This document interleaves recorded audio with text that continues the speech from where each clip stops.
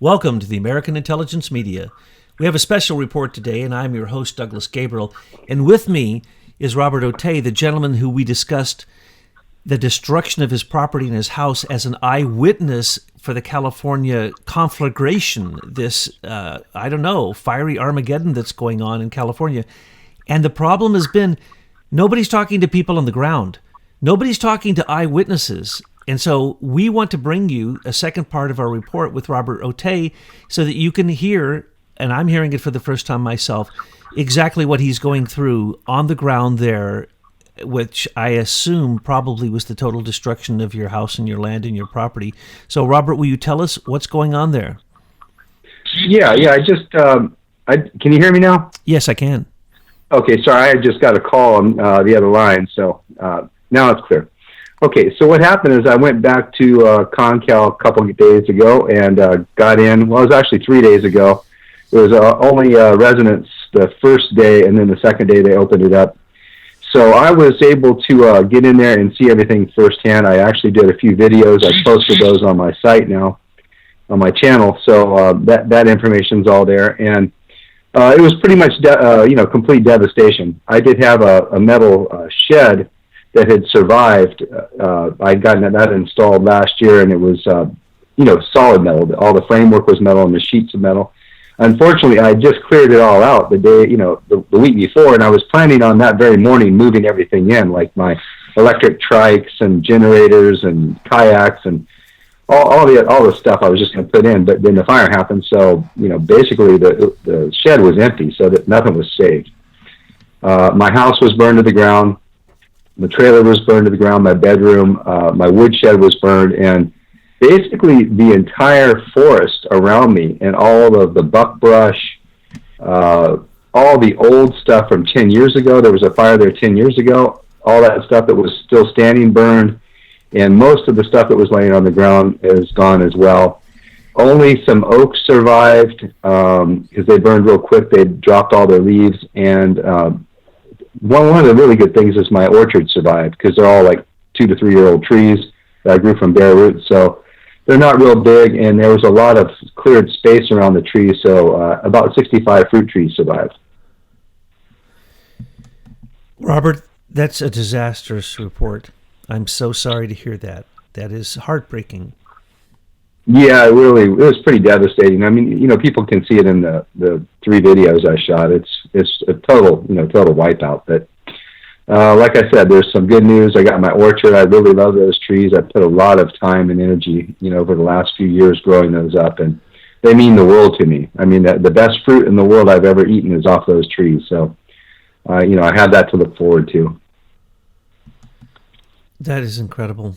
The devastation sounds like, with your experience, it wasn't just the houses that went up. It sounds like all the trees. But you also said there was a huge wind going on that night.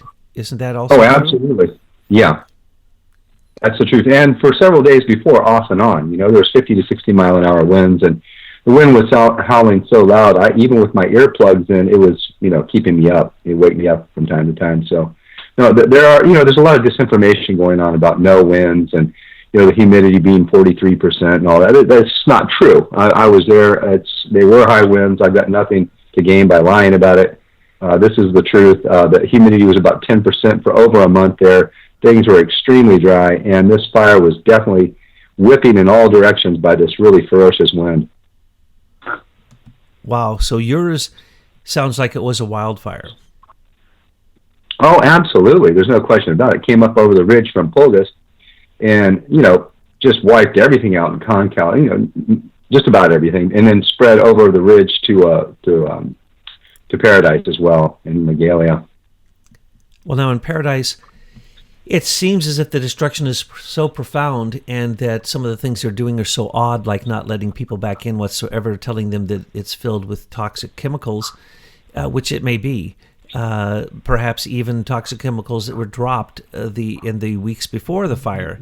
But the point is, over where you're at, they're letting you back in, and you are basically seeing that it's somewhat consistent with what you know to be wildfires. Yeah, well, I learned a lot because, I've seen a lot of these claims online. I've been watching, A Plain Truth and Deborah Tavares and many, many other channels. And their claims like, how is it possible this tree didn't burn and this one did, and this house didn't burn and this one did? Well, that's the way these fires work. And I saw it everywhere on the road coming in. There would be pockets of green ones. And, when I was driving through it, it looks like everything's on fire. But, some stuff did survive. And some cabins survived there. Some trailers survived. Most of the stuff got wiped out, but that's the way these winds, they have massive winds that are blowing this at ground level, so it ignites stuff all over the place. So, yeah, a lot of stuff got taken out, but then a lot of stuff got spared too. But as you were leaving, or just before, you were looking around, and it didn't seem as if the fire was going to then ignite everything around you, your house, all your property, the trees at the top, and so on and so forth. It sounded like an anomaly. It sounded like kind of a Twilight Zone kind of experience. Is that what wildfires are? Well, yeah, no, but as we had talked in our first interview, I do believe that DEW is used to augment it, because I watched fires springing up all around me that I saw no, embers falling from the sky, no burning embers. And, things that were anomalous, like the wood piles just, exploding into flames, my gate exploding into flames, my shed, even though the fire line was still maybe a half a mile away and hadn't even come down, my hill to my place, yet. But there was fires springing up all around me. And, as I had mentioned before, I had seen this in the Oakland firestorms and watched the embers, falling down and burning shingles, starting fires. So this was very different, very similar conditions, but a very, very different thing to watch. And that's what led me to conclude that DEW was used to augment it. It may have also been used to start it. I don't know. That's pure speculation from my part. Well, but the speculation is from firsthand direct experience.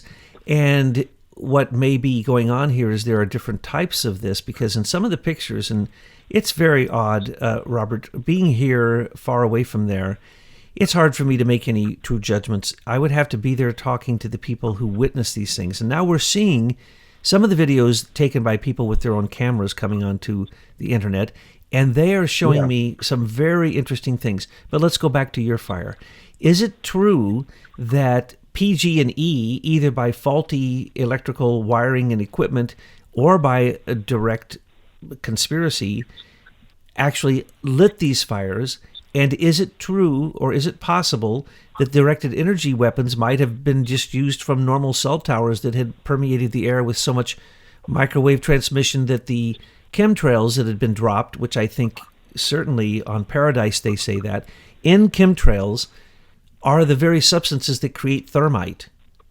And if you ignite the magnesium, if you put magnesium on top of these substances, aluminum, borium, strontium, and other substances which are used to create thermite, if you put magnesium there and you somehow ignite it, magnesium will create a fire that is so intense that it is almost inexplicable to look at the way that the fire works. And I'm beginning to suspect that somehow these directed energy weapons on the very houses in some of these neighborhoods, which show no burning of anything else around it, totally different from what happened to you in your area. And so is there, because there's the conspiracy theories that say that your area where you live is supposed to be vacated of people in the future, according to certain UN plans. So do you believe that there was a conspiracy that perhaps with PG&E that started the fire also? I doubt that. I really think that it was probably an accident. I think that PG&E is definitely responsible. Let's get to the core of this. I mean, really, what's at issue here is the slave grid. They've got all these wires hanging, all these trees everywhere. We've got wires hanging all around us, and that's a slave grid. We've been told, our whole lives, that hydro is green energy. Well, look what just happened. That's got to be some of the dirtiest pollution ever created from hydroelectric dams. I mean, this is directly responsible because these wires come from hydro dams. So what's at issue here really is the slave grid and how toxic it is and how filthy. It's not green at all. I mean, the gas burning turbines they're green compared to what we just went through with this nightmare. with all the smoke and debris and the chemicals and all the filth, the radiation, everything that was put up in the air. These gas turbines can't even match that. So they're green in comparison. So this is a joke. The whole hydro thing is a complete disaster. The grid is a disaster. Victor Schauberger had solutions for this over 70 years ago. We don't want to be damming up our rivers. We don't want to be doing hydro dams. There's alternatives to all of this, and Victor Schauberger had the solutions to all of them.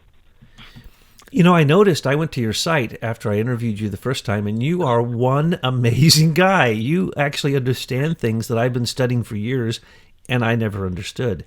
And so you are, and if people go to your site, they're going to find out that the universe is an electric universe, and that explanation is so much clearer and so much simpler than all the nonsense you hear by theories. And it's important to remember their theories. And what you're talking about with some of the free energy, some of the Schauberger, some of the all of it. You tap into so many of it, so many of the different free energy devices that we describe in some of our intelligence reports.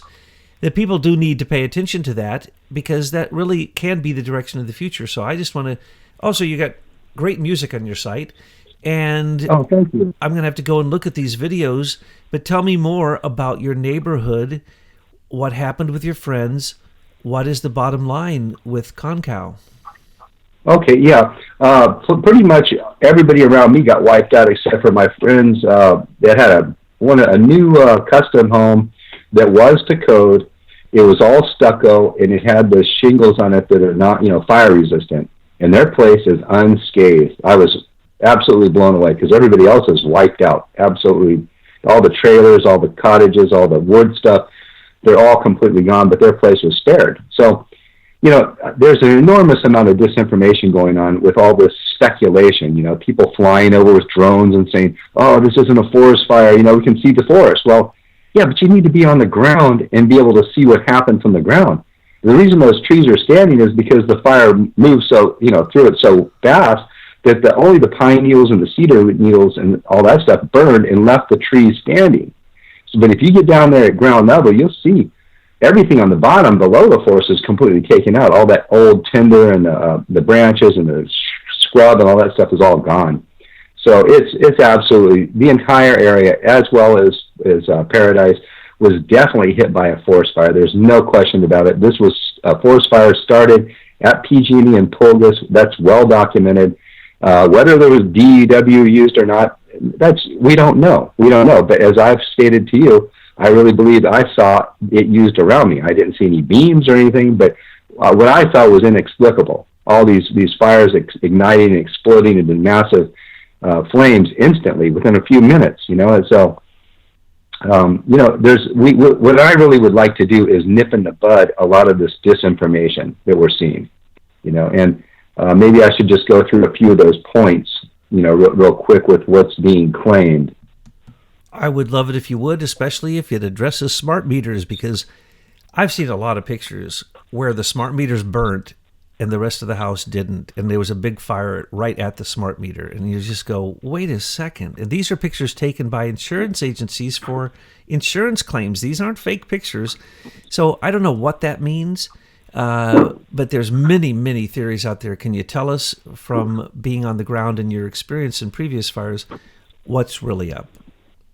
Yeah, well, kind of a small list I have of the claims that are being made would be there was no winds, there was no low humidity, there was no forest fire, the government's keeping people off their land because they want to steal it. That's just not true. They're keeping us off to protect us because there's trees falling. And as you know, Paradise is a chemical wasteland now. Just imagine all the toxic waste that's there. Imagine the radiation from the hospitals and other places. All those kinds there's all these claims about, this was done for a high-speed train. That's absurd. These places are in the mountains. The train's not going anywhere near there. Some houses got dewed and others did not. That's absurd. That's also, you can see that just from the way that a fire moves. And I saw that, like I said, to my neighbors, and I've seen it everywhere else. The fire will blow in all different directions, and some places will get taken out, some won't.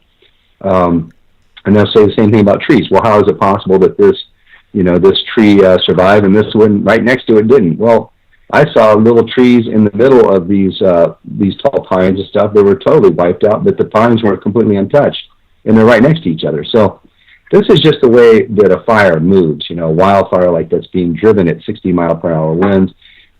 So can you go on further, Robert, with debunking some of these ideas, these conspiracy theories, some of which are probably, people who have absolutely good intention, but they're not on the ground. And until we have direct eyewitnesses, and I've had so many stories come to me personally and to Betsy and her team, people have wanted to say this or say that. And in some cases, they were actually trying to entrap us to say things that would sound like we were crazy conspiracy theorists. And so that's a problem. We didn't speak to them. But tell us more about what these some of these conspiracy theories, because some of them are just truly crazy, especially in relationship to what you directly experienced in your area. Exactly. And, that's why I'm so concerned about this, because it's spreading like wildfire, all these wild, conspiracy theories. And I want to give as concise and accurate and honest a description of what I've seen personally as I can. And it's unfortunate these people are doing this, because it really it makes all of us lack credibility if we're talking along the same lines about DEW and things like that, if that's involved in our stories. So I just sent you actually a video from a guy whose channel is called The Bitchin' Report, and he goes into some just one after another of just his own interpretations of what's going on, and I can easily debunk every single thing he said. So I give you that link in order to show, just how wrong all this stuff is. Another guy is The Plain Truth. Unfortunately, Deborah Tavares has been a really good witness for all this kind of technology, and she's showed all the Agenda 21 and 2030 and all the documentation regarding the weapons and all this. So she's done some really good work, but unfortunately she got interviewed by A Plain Truth, who's a flat earther. So he has no credibility at all, because he believes the Earth's flat. And he just actually released a video claiming that 50,000 people in Paradise were murdered. So now he has no credibility at all, on top of the flat earth garbage. So these are the problems. You get these folks coming in that claim to be experts, or they're claiming to, expose this, and they bring an enormous amount of damage to those of us who are trying to find out what the truth really is. I want to interview some fire persons who are on the ground in some of these neighborhoods, because that's what's inexplicable to me. What I see from some of the areas, particularly from Paradise, which might be similar to what happened over in Concow, it looks like a crazy, crazy wildfire. But the houses aren't all melted down like in some of these other pictures, which I don't even know if they're real pictures. But you can see, that's crazy. That's what fires do. Fires do absolutely crazy things. And in those houses, you still had the refrigerator there, and you still had the metal fence and some other thing, all this kind of stuff. So with your burn, what happened at your house? Did everything burn down into nothing but ashes, or did it look like a kind of regular fire? No, just a regular fire. There was metal everywhere. My washing machine was still there. Things like propane, 10-gallon propane tanks did not burn down. They were still whole. My huge gas propane tanks, I got 150 and a 300-gallon. Those are fine. They're unscathed. They didn't blow up or burn down. I did find a concho belt. There was made by Bill Bell, one of the greatest silversmiths of our age, an American guy. And it was melted. It was, pure silver, but it was melted. I was able to dig it out. And most of the conchos that went around the belt were really, really almost vaporized. They were like half gone. They were so burnt. But, this is to be expected when you've got 60-mile-an-hour winds. I mean, what does a blacksmith do? He takes a bellows and he, pumps it, to get the fire hotter and hotter and hotter. So, I mean, you hear reports about, a house only burns at 1,100 degrees or what. Well, add the wind to it, add 60-mile-an-hour winds, and those temperatures are going to come way up, and so that's why my silver belt, I was able to get it, the made belt buckle. I actually did a little video that's on there as well on my site, and it just shows that enormous amount of heat can be generated, but there's even the metal sheets that were on my roof were still there. They're all warped and messed up, but most of the metal is still there. It wasn't vaporized, and my toilet wasn't, I've heard ceramic's been vaporized and all this, and so my toilet was completely intact.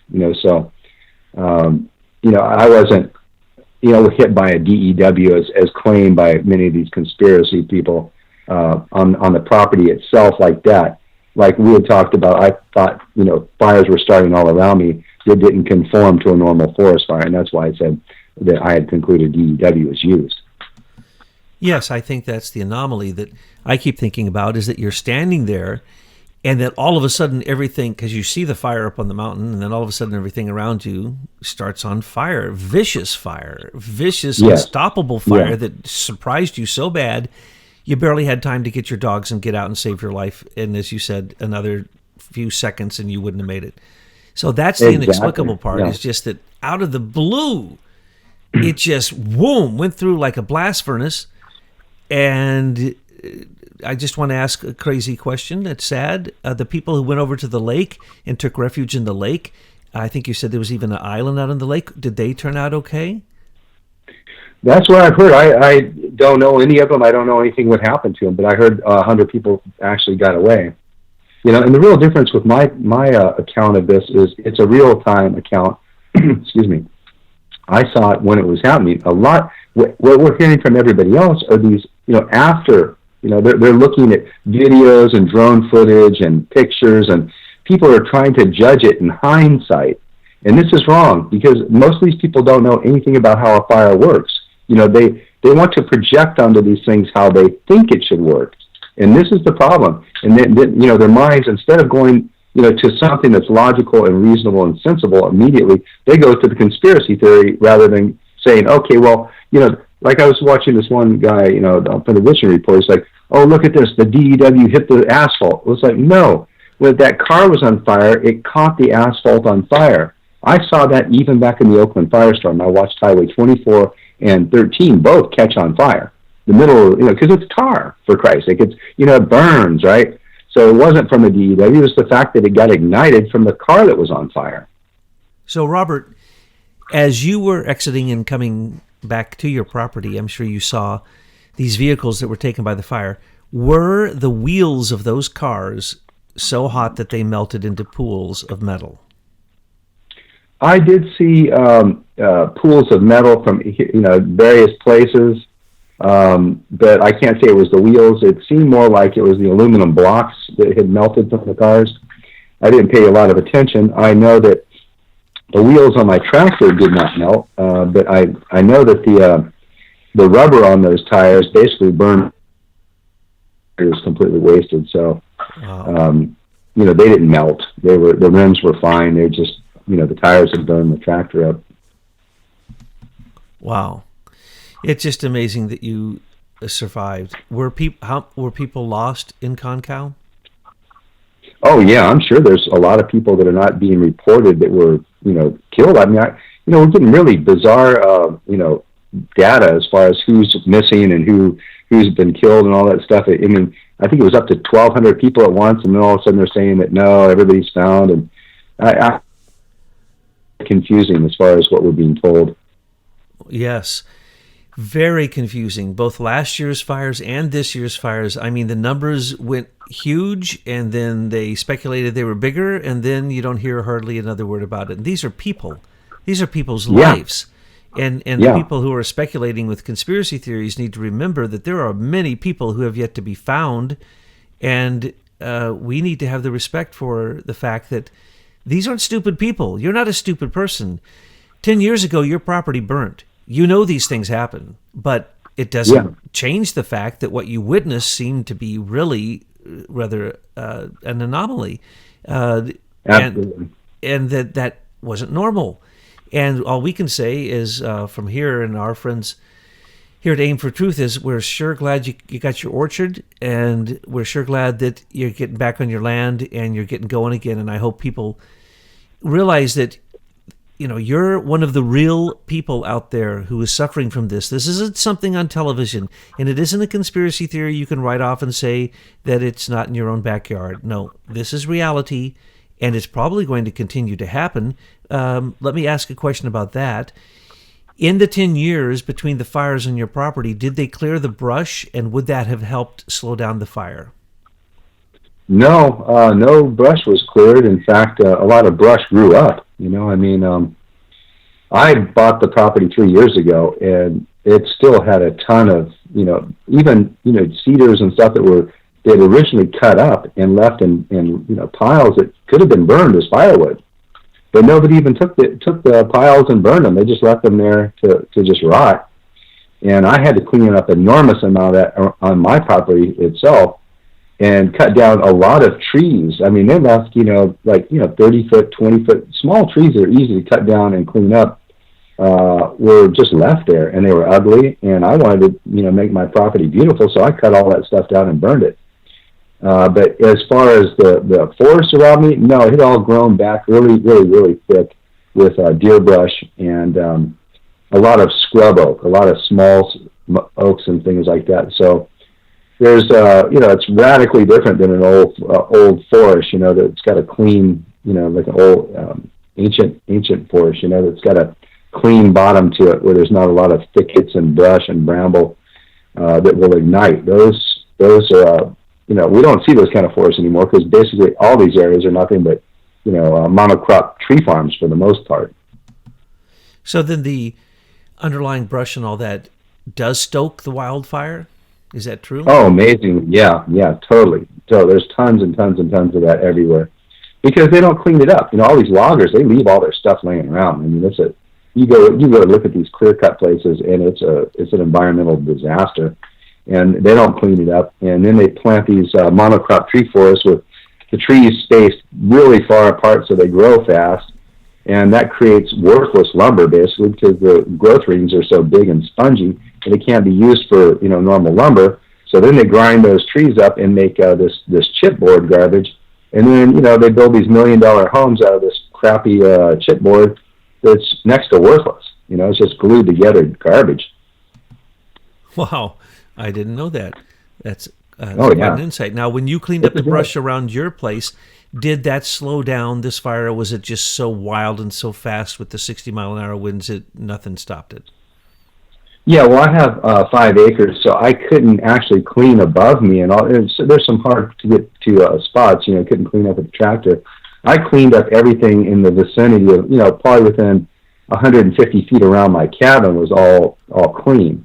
But as you go up the mountain, there was just tons and tons of cedars and stuff laying down from the last fire, and all this enormous amount of deer brush. I don't know if you're familiar with that, but it's really, really thick stuff and hard to get through, and very hard to clean up. And who's going to do it? It's just a nightmare. And now that's all gone. So my property's pretty much burned to the ground, and there's very few cedar logs laying around, even from this fire. So it's going to be a lot easier to clean up this time, and I'll definitely be on it. I want to keep it as clean as possible.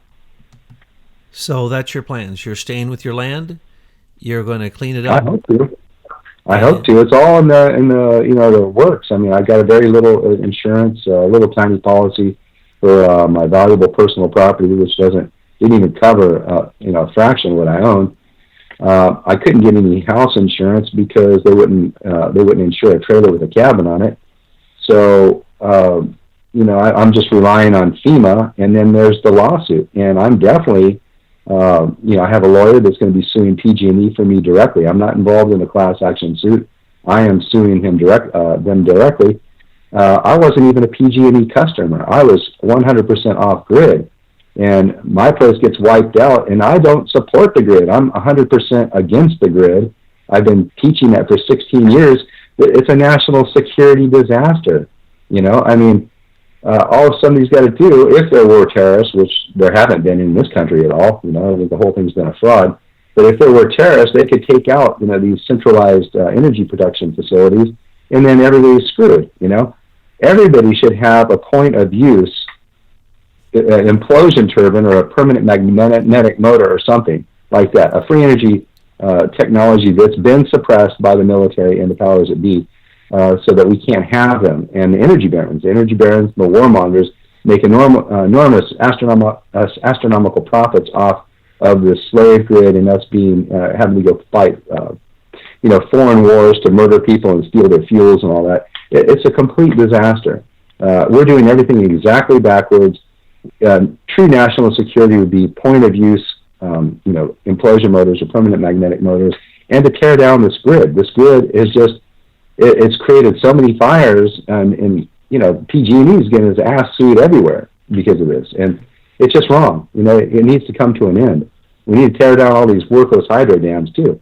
These rivers do not need to be dammed up. We could have, the storage facilities out in the Central Valley, small reservoirs for various areas, and spread it out rather than having it all in one place, which it could be taken out, once again by a terrorist if terrorism was real. Those are all great suggestions, and that is true. And so your suit against PG&E is basically what, saying they're negligent or their equipment was old, or what is the lawsuit going to entail?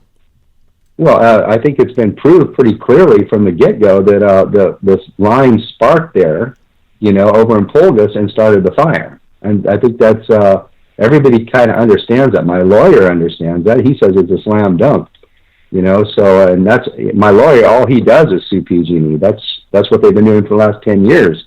And they've recovered $200 million dealing with PG&E. So, and he told me that there's tons and tons of money that PG&E has set aside for these kinds of things already. So, it's not like they're going to be out anymore.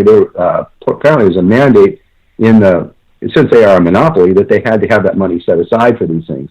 And they try their best to get out of paying people, and then the corporate executives get to skim off the top of what's left over. And so, it's just like the insurance companies. They don't ever want to pay you what they owe you. They always want to chisel you down. So it's business as usual, because everything's about the worship of mammon and the bottom line. It's all about money, and it's not about us. It's not about humanity. It's not about nature. It's these people don't give a shit, because all they care about is their god mammon, the money.